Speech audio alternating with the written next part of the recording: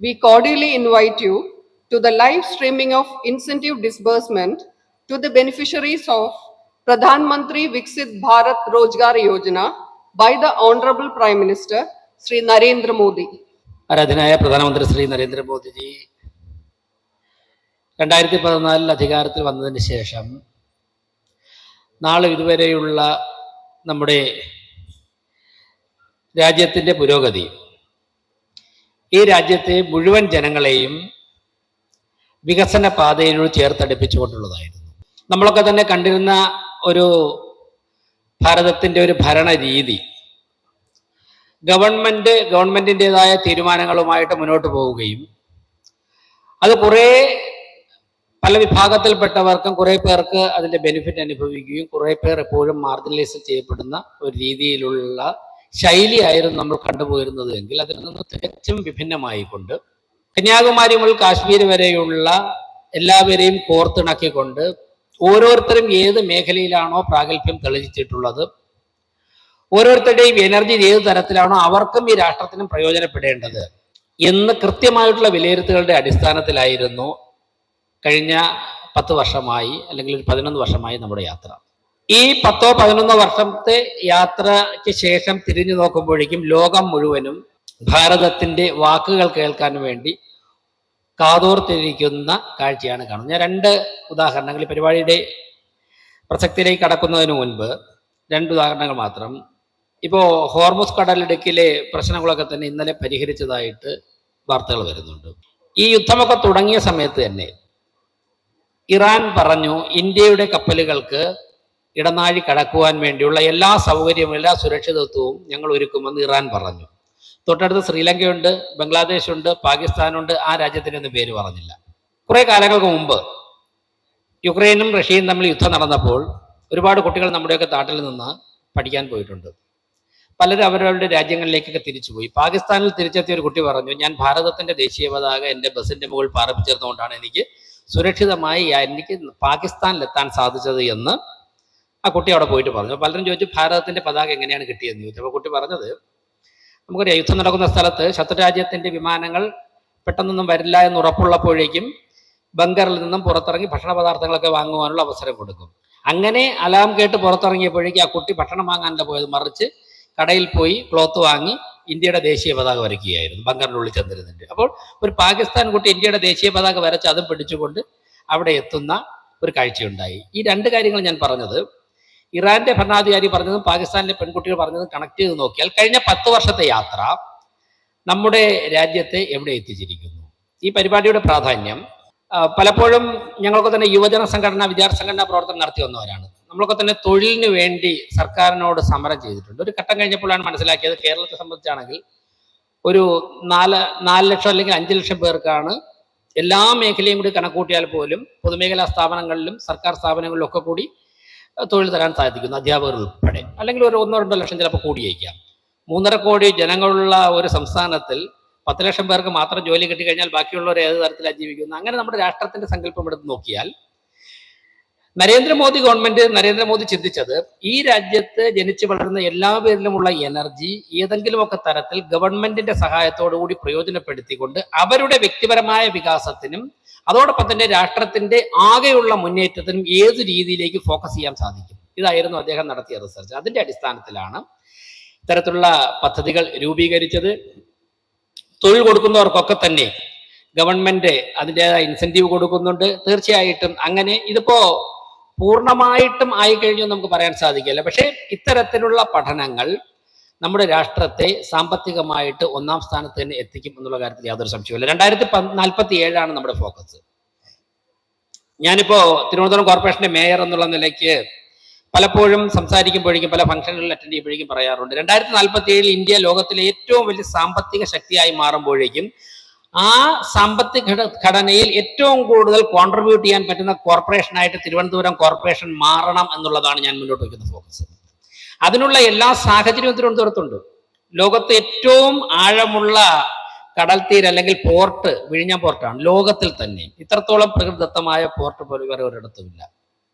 നമ്മുടെ IT മേഖല അന്താരാഷ്ട്ര നിലവാരത്തിലേക്ക് ഉയർത്തുവാൻ പറ്റുന്ന IT മേഖല നമ്മുടെ കേരളത്തിലുണ്ട്, തിരുവനന്തപുരത്തുണ്ട്. സ്വാഭാവികമായിട്ടും ഞാൻ എല്ലാ മേഖലയിലേക്കും കടക്കുന്നില്ല.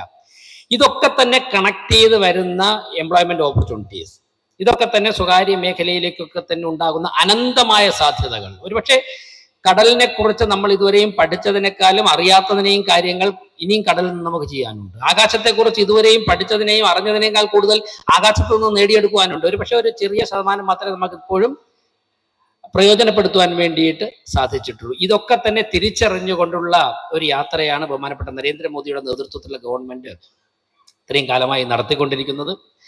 ഞാൻ കൂടുതൽ കാര്യങ്ങളിലേക്ക് പോകുന്നില്ല. ഇപ്പോ മുദ്രാ ലോൺ കൊടുത്തുകൊണ്ട് ഗവൺമെന്റ് പുതിയ മേഖലയിലേക്ക് കടന്നു. പുതിയ മേഖലയിലേക്ക് കടന്നപ്പോഴേക്കും പലരും ആശങ്കപ്പെട്ടതാണ്, ഈ ലോൺ കൊടുത്തു കഴിഞ്ഞാൽ, സെക്യൂരിറ്റി ഇല്ലാതെ കൊടുത്തു കഴിഞ്ഞാൽ ആൾക്കാരൊക്കെ തിരിച്ചടയ്ക്കുമോ എന്ന്. ഒരു പക്ഷേ അങ്ങനെ ഉണ്ടായിട്ടുണ്ടാവാം. കുറെ പേരൊക്കെ തന്നെ ഞങ്ങളുടെ അടുത്ത് തന്നെ തിരിച്ചടയ്ക്കേണ്ടാത്ത നരേന്ദ്രമോദിയുടെ ലോൺ എന്ന് പറഞ്ഞിട്ട് പലരും വന്നിട്ടുണ്ട്. പക്ഷേ ആകെ കണക്ക് നോക്കുമ്പോഴേക്കും മുദ്രാ ലോൺ കൊടുത്തതിനേക്കാൾ എത്രയോ മടങ്ങ് ലോൺ തിരിച്ചടച്ചിട്ടുണ്ട്. ഇതൊക്കെ വാങ്ങിയിട്ട് ഓരോരുത്തരും ആരംഭിച്ച സംരംഭങ്ങൾ ലക്ഷക്കണക്കിന് പേർക്ക് തൊഴിൽ കൊടുക്കുന്ന ഒരു സാഹചര്യത്തിലേക്ക് വന്നിട്ടുണ്ട്. നമ്മുടെ finance ministry zero balance account തുടങ്ങിയപ്പോഴേക്കും പലരും ചോദിച്ചു, അക്കൗണ്ടിൽ പൈസ ഇല്ലാതെ ഒരു അക്കൗണ്ട് തുടങ്ങിയിട്ട് എന്താണ് കാര്യമെന്ന് ചോദിച്ചു. പക്ഷേ നമ്മുടെ രാജ്യത്ത് നരേന്ദ്രമോദിയുടെ നിർദ്ദേശപ്രകാരം നിർമ്മലാ സീതാരാമന്റെ നേതൃത്വത്തിൽ സീറോ ബാലൻസ് അക്കൗണ്ട് തുടങ്ങിയതാണ് രാജ്യത്തിന്റെ സമ്പദ്ഘടന വികസിപ്പിക്കുവാൻ വേണ്ടി അടിസ്ഥാന ഘടകമായി മാറിയത്. ജനങ്ങൾക്ക് അക്കൗണ്ടബിലിറ്റി വരുവാനുള്ള ഒരു സാഹചര്യം അവിടെ രൂപം കൊണ്ടു. ഇത്തരത്തിൽ ഏറ്റവും മൈന്യൂട്ടായിട്ടുള്ള ആസ്പെക്റ്റുകളെ വിശകലനം ചെയ്തുകൊണ്ട് സമൂഹത്തിലെ ഏറ്റവും അടിസ്ഥാന ജനവിഭാഗങ്ങളെ വരെ രാജ്യത്തിന്റെ പുരോഗതിക്ക് മുതൽക്കൂട്ടാക്കി മാറ്റുന്ന ഒരു സാഹചര്യത്തിലാണ് കടന്നുപോയിക്കൊണ്ടിരിക്കുന്നത്. തീർച്ചയായിട്ടും ആരാധനായ പ്രധാനമന്ത്രിയുടെ നേതൃത്വത്തിൽ നമ്മുടെ രാഷ്ട്രത്തിൽ നടത്തുന്ന പുരോഗമനപരമായ പ്രവർത്തനങ്ങൾ രാജ്യത്തെ മുഴുവൻ ജനങ്ങളെയും ഒരുമിച്ച് ചേർത്തുകൊണ്ട്, ഇപ്പോ തെരുവോരങ്ങളിൽ കച്ചവടം നടത്തുന്നവർ ഉൾപ്പെടെ ചേർത്ത് പിടിച്ചുകൊണ്ട്, അവർക്ക് ആരും ലോണ് കൊടുക്കാനില്ലാതെ വരുമ്പോൾ, ഇപ്പൊ രാവിലെ 1000 രൂപ പലിശയ്ക്ക് വാങ്ങി കച്ചവടം ചെയ്തിട്ട് വൈകുന്നേരം 1500 രൂപയായിട്ട് തിരിച്ചു കൊടുക്കേണ്ടവർക്ക് നിങ്ങൾ ഇനി പലിശയ്ക്ക് പണം എടുക്കേണ്ട, ഗവൺമെന്റ് നിങ്ങളെ വിശ്വസിച്ചുകൊണ്ട് 10000 രൂപ മറ്റൊരു ഗ്യാരണ്ടിയും ഇല്ലാതെ തരാൻ തയ്യാറാണ്, നിങ്ങൾ തിരിച്ചടച്ചു കഴിഞ്ഞാൽ ഞങ്ങൾ 50000 രൂപ തരാൻ തയ്യാറാണ് എന്ന് ലോകത്താദ്യമായിട്ട് ഒരു ഗവൺമെന്റ് പറയുവാൻ ആരംഭിച്ചത് ബഹുമാനപ്പെട്ട നരേന്ദ്രമോദിയുടെ നേതൃത്വത്തിലുള്ള ഗവൺമെന്റ് ആയിരുന്നു എന്നുള്ളതാണ് നമ്മുടെ രാഷ്ട്രത്തെ ലോകം കാതോർത്തിരിക്കുവാൻ വേണ്ടി കാരണമായിട്ടുള്ളത്. ഈ ഒരു മുന്നേറ്റത്തിൽ ഇത്തരത്തിലൊരു പരിപാടിയിൽ നമ്മൾ ഒരുമിച്ച് ചേരുമ്പോൾ രാഷ്ട്ര പുരോഗതിക്ക് വേണ്ടി ഒരു ചുവട് കൂടി നമ്മളൊക്കെ തന്നെ ഒരുമിച്ച് ചേർന്നുകൊണ്ട് മുന്നോട്ട് വയ്ക്കുകയാണെന്ന് പറഞ്ഞുകൊണ്ട് ഈ പരിപാടി ഉദ്ഘാടനം ചെയ്തിട്ട് പ്രഖ്യാപിച്ചു നിർത്തുന്നു. നന്ദി, നമസ്കാരം. കേന്ദ്ര സർക്കാരിന്റെ തൊഴിലവസരങ്ങൾ പ്രോത്സാഹിപ്പിക്കാൻ വേണ്ടിയിട്ടുള്ള പദ്ധതി എന്നുള്ള നിലയിലാണ് പ്രധാനമന്ത്രി വികസിത് ഭാരത് റോസ്ഗാർ യോജന എന്ന പദ്ധതിക്ക് തുടക്കം കുറിക്കപ്പെട്ടത്. തൊഴിലവസര സൃഷ്ടി, അതിൻ്റെ വേഗത വർദ്ധിപ്പിക്കാൻ, തൊഴിൽ മേഖല നിയമവിധേയമാക്കുന്നതിന് വേണ്ടിയിട്ടുള്ള പ്രോത്സാഹനം നൽകൽ, അതോടൊപ്പം തൊഴിൽ ക്ഷമത വർദ്ധിപ്പിക്കൽ, ഈ ലക്ഷ്യങ്ങളോടുകൂടിയാണ് ഈ പദ്ധതിക്ക് തുടക്കം കുറിക്കപ്പെട്ടത്. തൊഴിലവസരങ്ങൾ സൃഷ്ടിക്കുന്നവർക്ക് പ്രോത്സാഹനം നൽകുക, അതാണ് ഈ പദ്ധതിയുടെ ഏറ്റവും കാതലായിട്ടുള്ള വിഷയം. നമ്മുടെ നാട്ടിൽ സാമ്പത്തിക മേഖലയുടെ വളർച്ചയുണ്ടാകുമ്പോൾ, നമ്മുടെ സമ്പദ് വ്യവസ്ഥ വളരണമെങ്കിൽ അതിന് നമ്മുടെ നാട്ടിലെ തൊഴിലവസരങ്ങൾ വർദ്ധിക്കണം. ഒരു കാലത്ത് ഇന്ത്യ ഫ്രജൈൽ 5 എന്ന് പറയുന്ന കാറ്റഗറിയിലായിരുന്നെങ്കിൽ ഇന്ന് ലോകത്തിലെ 4ാമത്തെ സമ്പദ് വ്യവസ്ഥയായിട്ട് ഇന്ത്യ മാറിയിരിക്കുകയാണ്. അതിന്റെ പിന്നിൽ ഗവൺമെന്റിന്റെ വലിയൊരു റോൾ ഉണ്ട്. Government plays the role of a facilitator. പക്ഷേ അതിന് മുൻകൈയെടുക്കുന്നത് തൊഴിലവസരങ്ങൾ സൃഷ്ടിക്കുന്നവരാണ്. അതിൽ പങ്കാളികളാകുന്നത് തൊഴിൽ ചെയ്യാനായിട്ട് മുന്നോട്ട് വരുന്ന ആളുകളാണ്. ഈ പദ്ധതി നിങ്ങൾക്ക് എല്ലാവർക്കും അറിയുന്നത് പോലെ പുതുതായിട്ട് തൊഴിൽ നേടുന്ന ആളുകൾക്ക് പ്രോത്സാഹനം ലഭിക്കുന്നു. തൊഴിൽ അവസരം സൃഷ്ടിക്കുന്നവർക്ക് 2 വർഷക്കാലം പ്രതിമാസം 3000 രൂപ വരെ ഓരോ ജീവനക്കാരന്റെയും പേരിൽ 3000 രൂപ, പ്രത്യേകിച്ച് മാനുഫാക്ചറിംഗ് സെക്ടറിലുള്ള സ്ഥാപനങ്ങൾക്ക് പ്രത്യേകിച്ച് പ്രാധാന്യം നൽകിക്കൊണ്ട് കേന്ദ്ര സർക്കാർ ആരംഭിച്ചിട്ടുള്ള പദ്ധതിയാണിത്. സർക്കാരിന്റെ മാത്രം പരിശ്രമത്തിലൂടെ തൊഴിലവസരങ്ങൾ സൃഷ്ടിക്കാൻ സാധ്യമല്ല. അതിന് സമൂഹത്തിന്റെ കൂടി പങ്കാളിത്തം ഉണ്ടാകണം എന്നുള്ള ലക്ഷ്യം വെച്ചുകൊണ്ടാണ് അങ്ങനെ തൊഴിലവസരങ്ങൾ സൃഷ്ടിക്കാൻ വേണ്ടി ശ്രമിക്കുന്ന ആളുകൾക്ക് പ്രോത്സാഹനം നൽകുക എന്നുള്ള ഒരു പദ്ധതി ആവിഷ്കരിക്കപ്പെട്ടത്. നമ്മുടെ വിദ്യാഭ്യാസ സമ്പ്രദായത്തിന്റെ ഏറ്റവും വലിയ ഒരുപക്ഷെ ദൗർബല്യം എന്ന് പറയാവുന്നത് വിദ്യാഭ്യാസം നേടിയതിനു ശേഷം തൊഴിൽ ദായകരാകുന്നതിന് പകരം തൊഴിൽ അന്വേഷകരാകുന്ന ഒരു സാഹചര്യമാണ് നമ്മുടെ നാട്ടിലുള്ളത്. അതിൽ മാറ്റം വരുത്തിക്കൊണ്ട് തൊഴിൽ സംരംഭങ്ങൾ തുടങ്ങാൻ, അതിലൂടെ തൊഴിൽ ദായകരാകാൻ നമ്മുടെ പുതിയ തലമുറയ്ക്ക് പ്രോത്സാഹനം നൽകുന്ന, അതിന് വേണ്ടിയിട്ട് സർക്കാർ തന്നെ പുതുതായിട്ട് തൊഴിലിന്റെ ഭാഗമായിട്ട് ജീവനക്കാരായിട്ട് മാറുന്ന ആളുകൾക്ക് നൽകേണ്ട പ്രതിഫലം, ആ പ്രതിഫലത്തിന്റെ ഒരു അംശം സർക്കാർ വഹിക്കുന്ന ഒരു സാഹചര്യം, സർക്കാർ അതിന്റെ ഭാഗം വഹിക്കുന്ന ഒരു സാഹചര്യം, ഈ സാഹചര്യം നമ്മുടെ സ്വതന്ത്ര ഇന്ത്യയുടെ ചരിത്രത്തിൽ ആദ്യമായിട്ടാണ് തൊഴിൽ സംരംഭങ്ങൾ സൃഷ്ടിക്കാൻ വേണ്ടിയിട്ടുള്ള പദ്ധതിയുടെ ഭാഗമായിട്ട് നടക്കുന്നത്. പ്രധാനമന്ത്രി നരേന്ദ്രമോദിജിയുടെ നേതൃത്വത്തിൽ അദ്ദേഹം ഇന്ത്യയെ ഒരു സാമ്പത്തിക ശക്തിയാക്കി മാറ്റാൻ വേണ്ടിയിട്ടുള്ള ആ ശ്രമങ്ങൾ നടത്തുന്നതിന്റെ ഭാഗമായിട്ട് ഈ പദ്ധതി ആരംഭിച്ചതിന് ശേഷം രാജ്യത്താകെ 15 ലക്ഷം തൊഴിലവസരങ്ങൾ സൃഷ്ടിക്കപ്പെട്ടതായിട്ടാണ് കണക്കാക്കുന്നത്. ഇന്ന് മാത്രം പ്രധാനമന്ത്രി ഈ പദ്ധതിയുടെ ഭാഗമായിട്ട് 2400 കോടി രൂപയുടെ ആനുകൂല്യങ്ങൾ, പ്രോത്സാഹനമാണ് ഇന്ന് വിതരണം ചെയ്യുന്നത്. അതോടൊപ്പം ഈ കഴിഞ്ഞ കാലയളവിൽ 2.2 ലക്ഷം സ്റ്റാർട്ടപ്പുകൾ നമ്മുടെ നാട്ടിൽ തുടക്കം കുറിക്കപ്പെട്ടു. 25 ലക്ഷത്തോളം യുവതിയുവാക്കൾക്ക് അതിലൂടെ തൊഴിലവസരങ്ങൾ ലഭ്യമായി. നമ്മുടെ നാടിന്റെ സമ്പദ്ഘടനയുടെ വളർച്ചയ്ക്ക്, നമ്മുടെ സമ്പദ്ഘടനയുടെ മുന്നോട്ടുള്ള പോക്കിൽ വലിയ സംഭാവന നൽകുന്ന, ഇന്ന് സംസ്ഥാന ബജറ്റ് അവതരിപ്പിക്കപ്പെട്ടതിന് ശേഷമാണ് ഞങ്ങളൊക്കെ ഇവിടെ എത്തിയിട്ടുള്ളത്. സംസ്ഥാന ബജറ്റിൽ കഴിഞ്ഞ 2 വർഷമായിട്ട് കേന്ദ്ര സർക്കാർ ആവിഷ്കരിച്ചിട്ടുള്ള പദ്ധതിയാണ് സ്പേസ് മേഖലയിൽ സ്വകാര്യ സംരംഭകർക്ക് പ്രോത്സാഹനം നൽകുക എന്നുള്ള ലക്ഷ്യം. കേരളവും ആ പദ്ധതിയുടെ ഭാഗമാകാൻ ഇന്നത്തെ ബജറ്റിലെ ചില പ്രഖ്യാപനങ്ങൾ അങ്ങനെയുള്ള ഒരു സൂചന നൽകുന്നു.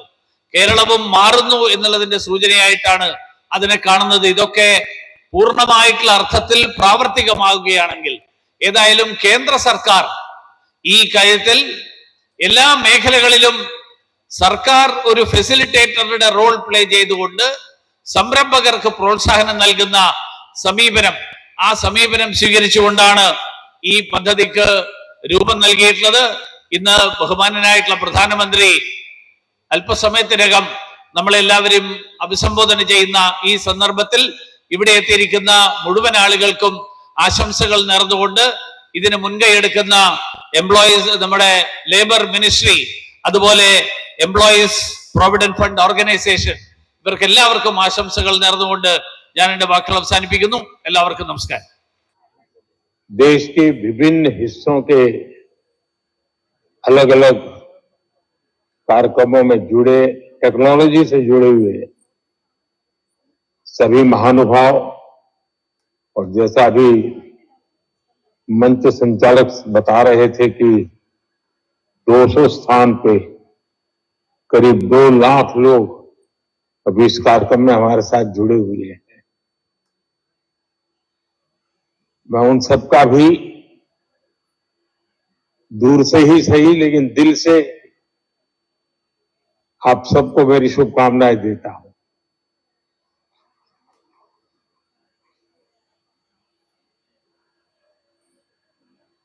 उद्योग जगत से भी जुड़े हुए बहुत सारे महानुभाव मैं आज देख रहा हूं यहां पर, और युवा साथियों का उत्साह तो ध्यान में आता ही आता है। इतनी बड़ी तादाद में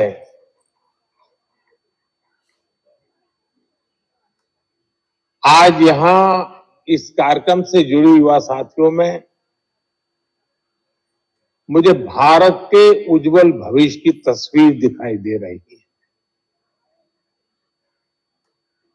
मैं आपसे कुछ ही घंटे पहले ही फ्रांस और स्लोवाकिया की यात्रा से लौटा हूं। G7 में विकसित देशों के दिग्गज नेताओं से मिला हूं। दुनिया आज भारत की युवा शक्ति की चर्चा कर रही है। भारत के टैलेंट, स्किल और पोटेंशियल की चर्चा सब दूर हो रही है। दुनिया भारत के युवाओं की क्षमता को भली भांति पहचानने लगी और ऐसे समय में हमारी कोशिश है कि भारत का हर युवा अपनी क्षमता को अवसर में बदल सके और इसी सोच के साथ प्रधानमंत्री विकसित भारत रोजगार योजना का आरंभ हुआ। यह रोजगार योजना सामान्य तौर पर सोचे जाने वाली रोजगार योजना से बहुत आगे बढ़कर पहली नौकरी पाने वाले युवा के सपनों को शक्ति देने वाली योजना है। यह युवा और उद्योगों के बीच एक मजबूत सेतु बनाने वाली योजना है।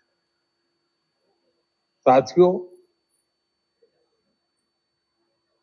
आमतौर पर योजनाएं या तो कर्मचारी के लिए बनती हैं या तो फिर उद्योगों के लिए बनती है। लेकिन ये एक योजना ऐसी है, इस योजना में भारत के सामर्थ्यवान मेरे युवा, समृद्ध युवा भविष्य की ओर और उद्योग विकास की ओर और इन दोनों को साथ लेकर चलती है। जो युवा अपनी पहली नौकरी शुरू करता है, सरकार उसके साथ खड़ी होती है और इसलिए उद्योगकार को भी लगता है कि अकेला मेरे यहां नहीं आया है, इसके पीछे पूरी सरकार आई है और इसके कारण ऐसे युवकों की तरफ देखने का उस उद्योगकार का भी नजरिया बदल जाता है। और जो संस्थान नए रोजगार का सृजन करता है, सरकार उनका भी उत्साह बढ़ाती है।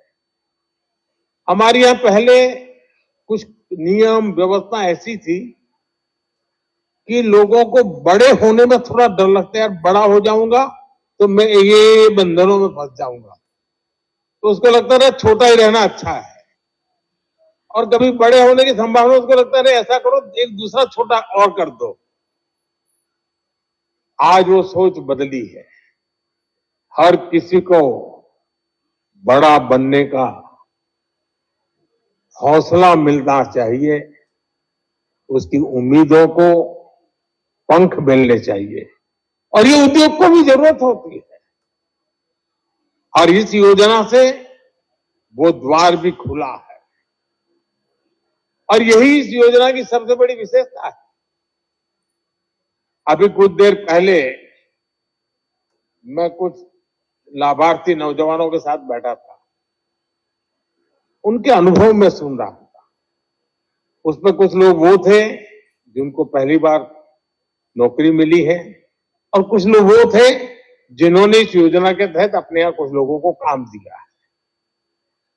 मैं वाकई कहता हूं, इतना कॉन्फिडेंस था उन बच्चों में और ऐसा लग रहा था जैसे उन्होंने दुनिया जीत ली है। उनके सपने, उनका विश्वास, ये सचमुच में हमारी बहुत बड़ी पूंजी है। साथियों, प्रधानमंत्री विकसित भारत रोजगार योजना के सहयोग से अब तक करीब 70 लाख जॉब सृजित हुई है। करीब 70 लाख फर्स्ट टाइम एम्प्लॉयज को सोशल सिक्योरिटी का कवच भी मिला है। करीब 20 लाख युवा अपनी पहली नौकरी के 6 महीने पूरे भी कर चुके हैं और आज इन्हीं में से करीब 10 लाख युवा साथियों को अपनी पहली नौकरी में 6 महीना पूरा करने पर इस योजना के तहत उसके लाभार्थी के नाते इंसेंटिव भी मिल चुका है। 2000 करोड़ रुपए से अधिक की राशि सीधे उनके बैंक खातों में पहुंची है। ये राशि केवल आर्थिक सहायता नहीं है, यह उनके परिश्रम का सम्मान है।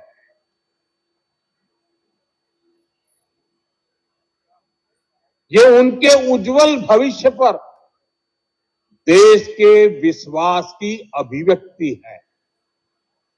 साथियों, मुझे उतनी ही खुशी उन संस्थानों के लिए भी है जिन्होंने हमारे नौजवानों को अवसर दिए, उनके अंदर भीते हुए सामर्थ्य को पहचाना और इसलिए ये अवसर देने वाले भी उतने ही अभिनंदन के अधिकारी हैं।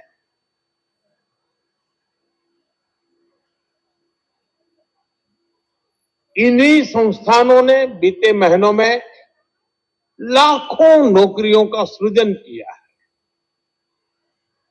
और अभी मनसुख भाई जो आंकड़े बताते थे, मैं आशा करता हूं कि मीडिया के लोग इन आंकड़ों पर ध्यान करेंगे। देश के लोगों को खुशी की लहर छा जाएगी, कितना बड़ा काम हो रहा है। ये आंकड़े और अनुभव यही बताता है कि जब सरकार, युवा और उद्योग एक साथ आगे बढ़ते हैं तो रोजगार निर्माण की गति कई गुना बढ़ जाती है।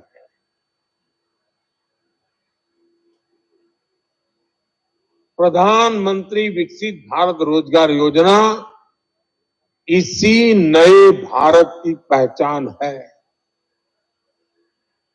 एक ऐसा भारत जहां युवा को अवसर मिले, उद्योग को प्रोत्साहन मिले और रोजगार निर्माण एक राष्ट्रीय अभियान बन जाए। साथियों, भारत दुनिया के सबसे युवा देशों में से एक है। इसलिए विकसित भारत का रास्ता भी युवाओं के सपनों, उनके कौशल और उनके सामर्थ्य से होकर ही आगे जाता है।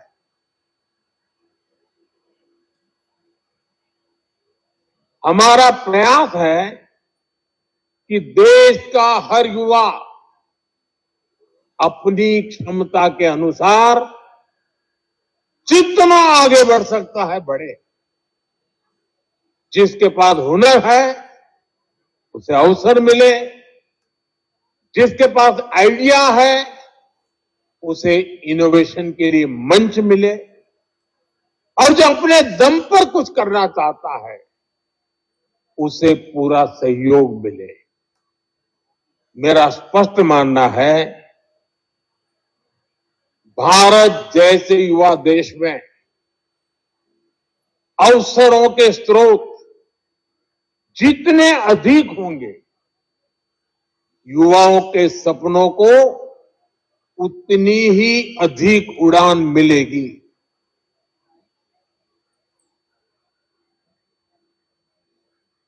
इसी सोच के साथ बीते 12 वर्षों में रोजगार के हर रास्ते को मजबूत किया गया है। इंफ्रास्ट्रक्चर से लेकर इनोवेशन तक, मैन्युफैक्चरिंग से लेकर डिजिटल इकोनॉमी तक, स्पेस से लेकर के स्टार्टअप तक, हर क्षेत्र में नए अवसर तैयार किए गए। मेक इन इंडिया अभियान, वोकल फॉर लोकल, लोकल को ग्लोबल ले जाने का अभियान, मिशन मैन्युफैक्चरिंग, ये सभी योजनाएं देश में रोजगार और स्वरोजगार के नए अवसर बना रहे हैं। आज गाड़ियों से लेकर मेट्रो कोच, ट्रेन के डिब्बे और डिफेंस के साजो सामान तक अनेक सेक्टर में निर्यात तेजी से बढ़ रहा है, एक्सपोर्ट बढ़ रहा है। ये तभी हो पा रहा है क्योंकि भारत में मैन्युफैक्चरिंग बढ़ रहा है, फैक्ट्रियां बढ़ रही हैं और इसमें काम करने वालों की संख्या भी बढ़ रही है। साथियों, बीते 12 वर्षों में भारत सरकार की जो नीतियां, जो निर्णय लिए गए, उन्होंने देश में निरंतर रोजगार के नए सेक्टर्स बनाए हैं। आज इंफ्रास्ट्रक्चर पर 12 लाख करोड़ रुपए से अधिक का निवेश लाखों युवाओं का आधार बन रहा है। मुद्रा योजना के तहत 33 लाख करोड़ रुपए से अधिक की सहायता ने करोड़ों करोड़ युवाओं को अपना काम शुरू करने का अवसर दिया है। 10 करोड़ से अधिक महिलाएं सेल्फ हेल्प ग्रुप से जुड़ी है और 3 करोड़ से अधिक लखपति दीदी बन चुकी है।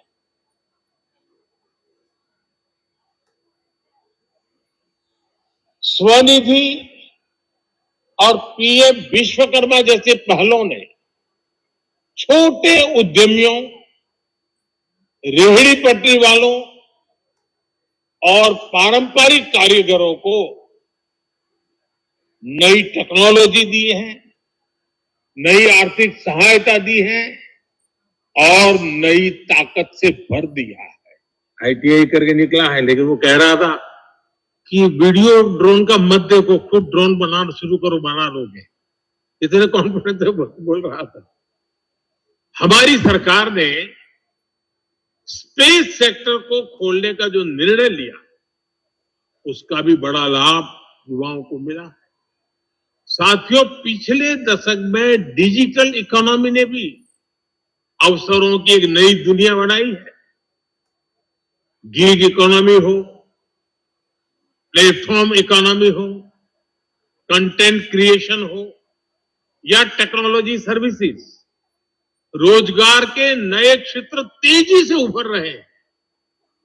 आज जिन अवसरों की कल्पना भी मुश्किल थी, वे करोड़ों युवाओं की आय का माध्यम बन चुके हैं। यही बदलाव स्टार्टअप इकोसिस्टम में भी दिखाई देता है। एक समय देश में लगभग 500 स्टार्टअप हुआ करते थे। आज 2 लाख से अधिक रजिस्टर्ड स्टार्टअप, और वो भी देश के हर जिले में आपको स्टार्टअप नजर आएंगे। ये आंकड़े विश्वास देते हैं कि भारत का युवा आने वाले वर्षों में दुनिया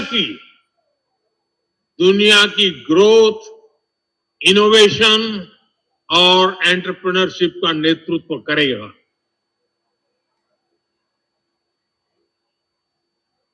साथियों, आज दुनिया में हर कोई भारत के भविष्य को लेकर बहुत उत्साहित है। हर कोई भारत की युवा शक्ति के सामर्थ्य को लेकर के बहुत आश्वस्त है। आपने भी देखा होगा, फ्रांस में भारत इनोवेट्स का इतना बड़ा कार्यक्रम हुआ। AI, space, green energy, biotechnology, ऐसे कई क्षेत्रों में भारत के स्टार्टअप्स और ग्लोबल इन्वेस्टर्स, यानी मैं देख रहा था वो एक नई ताकत के रूप में उभर रहे हैं। वो एक साथ काम करने के लिए आगे आ रहे हैं। आज भारत दुनिया के साथ नए ट्रेड एग्रीमेंट्स कर रहा है। ऐसे समझौते जो भारत के उद्योगों के लिए नए बाजार खोल रहे हैं, ऐसे समझौते जो भारत के प्रोफेशनल्स के लिए नई संभावनाएं बना रहे हैं। पिछले महीनों में भी यूरोप के अनेक देशों के साथ महत्वपूर्ण समझौते हुए हैं। ये समझौते भी देश में लाखों की संख्या में नए रोजगार का बनाने का माध्यम बन रहे हैं। साथियों, दुनिया भविष्य की अर्थव्यवस्था के लिए तैयार हो रही है और भारत भविष्य की अर्थव्यवस्था का नेतृत्व करने की तैयारी कर रहा है। दुनिया फ्यूचर टेक्नोलॉजीज की ओर आगे बढ़ रही है और भारत अपने युवाओं को फ्यूचर रेडी बनाने में जुटा है और यही भारत के युवाओं के लिए सबसे बड़ा अवसर है और हमें इस अवसर का पूरा लाभ उठाना है। साथियों, बीते 12 वर्षों में भारत के रोजगार परिदृश्य में एक और बहुत बड़ा परिवर्तन आया है। अक्सर इसकी चर्चा कम होती है, लेकिन विकसित भारत की यात्रा में इसका महत्व बहुत बड़ा है। ये परिवर्तन है रोजगार के साथ सुरक्षा और सम्मान को जोड़ने का। हमारी सोच सिक्योर एम्प्लॉयमेंट की है। हमारी सोच social security for every worker की है। इसलिए आज टेक्नोलॉजी के माध्यम से ईपीएफओ की व्यवस्था को आधुनिक बनाया गया है। पेंशन व्यवस्था को भी सरल और सुलभ बनाया गया है। लाखों नए कर्मियों को हेल्थ इंश्योरेंस और सस्ते उपचार की व्यवस्था से भी जोड़ा गया। साथियों, हमने श्रम सुधारों को भी इसी दृष्टि से आगे बढ़ाया है। नए लेबर कोड्स का उद्देश्य कामगारों को अधिक सुरक्षा, अधिक पारदर्शिता और अधिक अधिकार देना है। अपॉइंटमेंट लेटर को कानूनी मान्यता देना, फिक्स टर्म एम्प्लॉयज को सम्मान सुविधाएं सुनिश्चित करना हो या फिर मिनिमम वेज के दायरे का विस्तार करना हो, हर प्रयास का उद्देश्य यही है कि श्रमिक का सम्मान और सुरक्षा दोनों मजबूत हो। साथियों, हमारी नारी शक्ति भी आज हर क्षेत्र में नई ऊंचाइयों को छू रही है। इसलिए महिलाओं के लिए सुरक्षित, सम्मानजनक और अधिक अवसरों वाला वातावरण तैयार किया जा रहा है। नाइट शिफ्ट से जुड़े पुराने प्रतिबंधों में बदलाव हो, वर्क फ्रॉम होम की सुविधा हो या सुरक्षित कार्यस्थल की व्यवस्था, हम महिलाओं की भागीदारी को और अधिक मजबूत कर रहे हैं। साथियों, आज यहां बड़ी संख्या में मेरे उद्योग जगत के साथी भी उपस्थित हैं। आप सबसे भी मेरा एक आग्रह है, 21वीं सदी में अवसर उन्हीं देशों के पास जाएंगे जिनके पास स्किल टैलेंट होगा, जिनके पास इनोवेशन होगा, जिनके पास क्वालिटी होगी। और आज भारत के पास इन तीनों क्षेत्रों में आगे बढ़ने की अभूतपूर्व क्षमता है। अब इसलिए मैं भारत के उद्योग जगत से भी कहना चाहता हूं, आज जो अवसर हमारे सामने हैं, उन्हें हमें पूरी शक्ति से अपनाना होगा। हमें नए बाजारों तक पहुंचना होगा, हमें नए उत्पाद बनाने होंगे, हमें दुनिया की सर्वश्रेष्ठ कंपनियों के साथ प्रतिस्पर्धा करनी होगी, क्योंकि आज दुनिया भारत के लिए दरवाजे खोल रही है। पहले खिड़की भी खोलने नसीब नहीं था दोस्तों, आज दरवाजे खुल रहे हैं।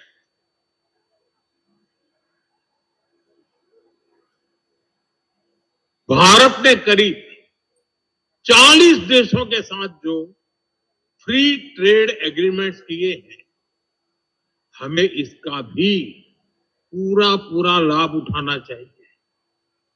ये एग्रीमेंट्स नए बाजार बना रहे हैं, नए मार्केट को उपलब्ध करा रहे हैं, दुनिया में मेक इन इंडिया ब्रांड के लिए नए अवसर पैदा हो ही रहे हैं। और इसलिए हमें इन अवसरों को गंवाना नहीं है। साथियों, जब लक्ष्य बड़े होते हैं तो उपलब्धियां भी तो बड़ी होती है। जब सोच वैश्विक होती है तो सफलताएं भी, सीमाएं भी अपने आप विस्तृत हो ही जाती है।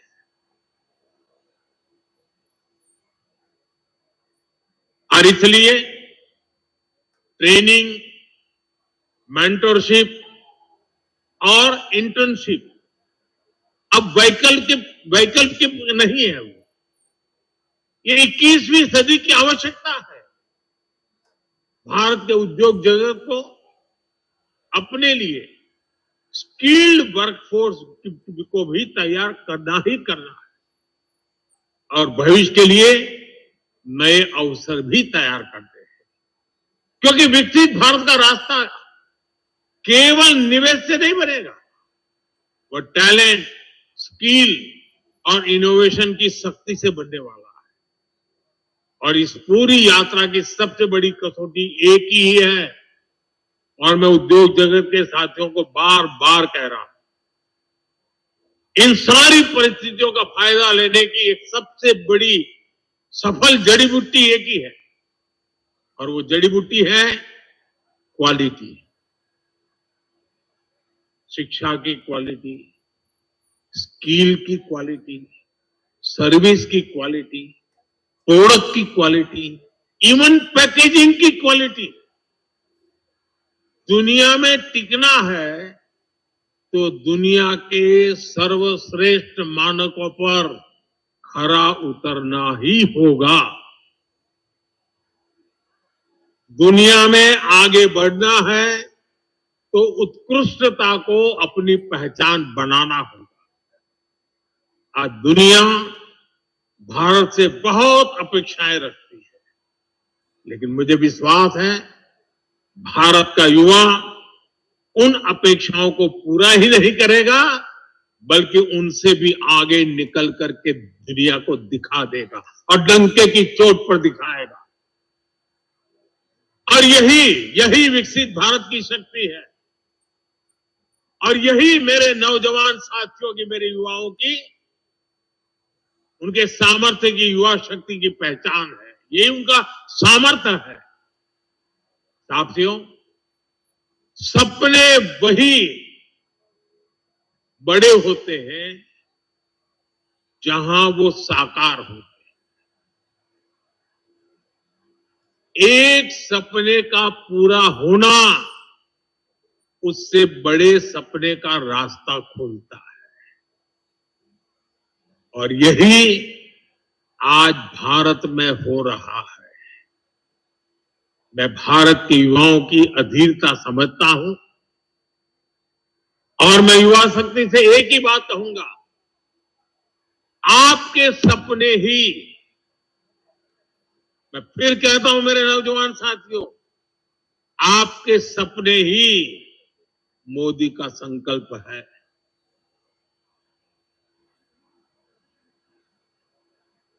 कामयाबी की तरफ बढ़ता आपका हर कदम ये मेरी भी प्रेरणा है। और हां, असफल होने पर भी आपको हताश होने की कोई जरूरत नहीं। हर असफलता में हमें कुछ न कुछ तो सीखने को मिलता ही मिलता है। और मैं तो खेल जगत के लोगों को मैं हमेशा कहता हूं, जो खेल के मैदान में उतरते हैं ना, कोई हारता नहीं। एक जीतता है तो दूसरा सीखता है, हारता कोई नहीं है। युवा मन की एक ही कसौटी है, जो असफलताओं से निरंतर नया सीखने का आदी हो, जो सपनों को सिद्ध करे और हर सिद्धि के बाद नए सपनों को जन्म दे।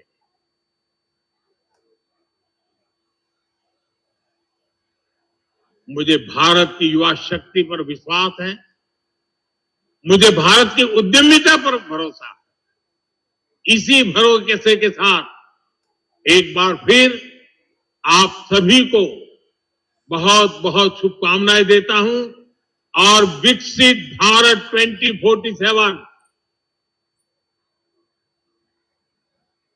जब देश आजादी के 100 साल मनाएगा, हिंदुस्तान विकसित होकर रहेगा।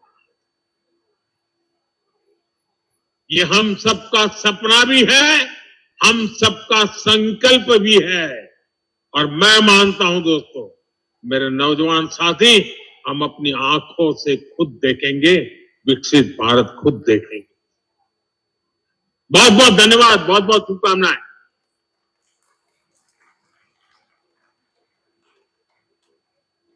धन्यवाद माननीय प्रधानमंत्री जी। देवियों और सज्जनों, आइए जोरदार तालियों के साथ अपना आभार व्यक्त करें। तालियों की आवाज रुकनी नहीं चाहिए। माननीय प्रधानमंत्री जी, आपके इन प्रेरणादायी शब्दों ने आज यहाँ उपस्थित हर एम्प्लॉय के परिश्रम को एक नया गौरव दिया है और हर एम्प्लॉयर के विजन को एक नई रफ्तार दी है। माननीय प्रधानमंत्री जी का हृदय से आभार।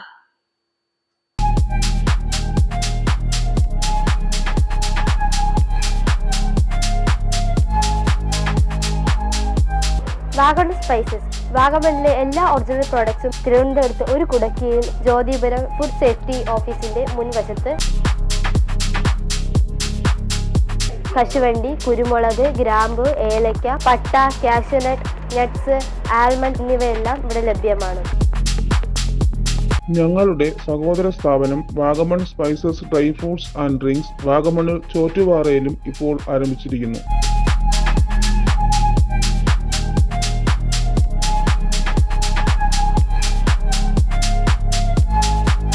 വാഗമണ്ണിൽ തുടങ്ങിയ വാഗമൺ സ്പൈസസിന് എല്ലാവിധ ആശംസകളും നേർന്നുകൊള്ളുന്നു.